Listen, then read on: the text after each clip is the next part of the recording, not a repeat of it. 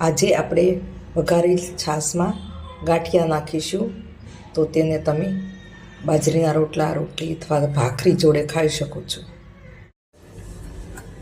તેલ ગરમ થવા મૂક્યું છે. આપણે રાઈ નાખીશું, જીરું નાખીશું, હિંગ નાખીશું,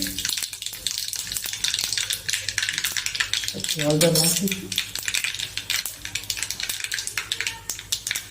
આપણે હવે લાલ કાશ્મીરી મરચું નાખવાનું છે અને તરત જ આપણે છાશ નાખવાની છે, નહીંતર બળી જાય.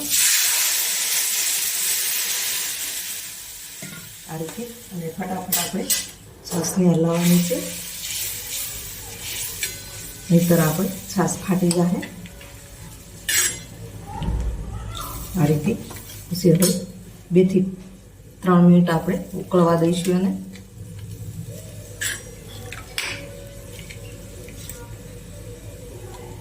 તમારે જેટલું બનાવવું હોય એ રીતના તમારે છાશ નાખવાની.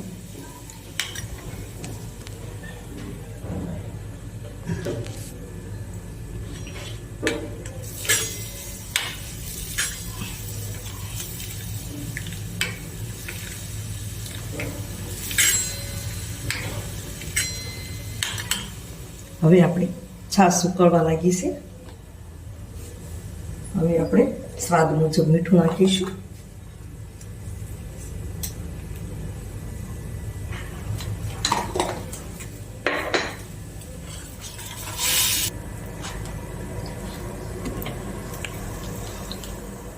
હવે આપણે આમાં ગાંઠિયા નાખીશું.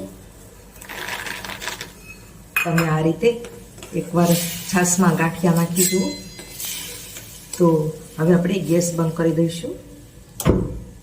તમે આને રોટલી, ભાખરી અથવા તો બાજરીના રોટલા જોડે ખાઈ શકો છો.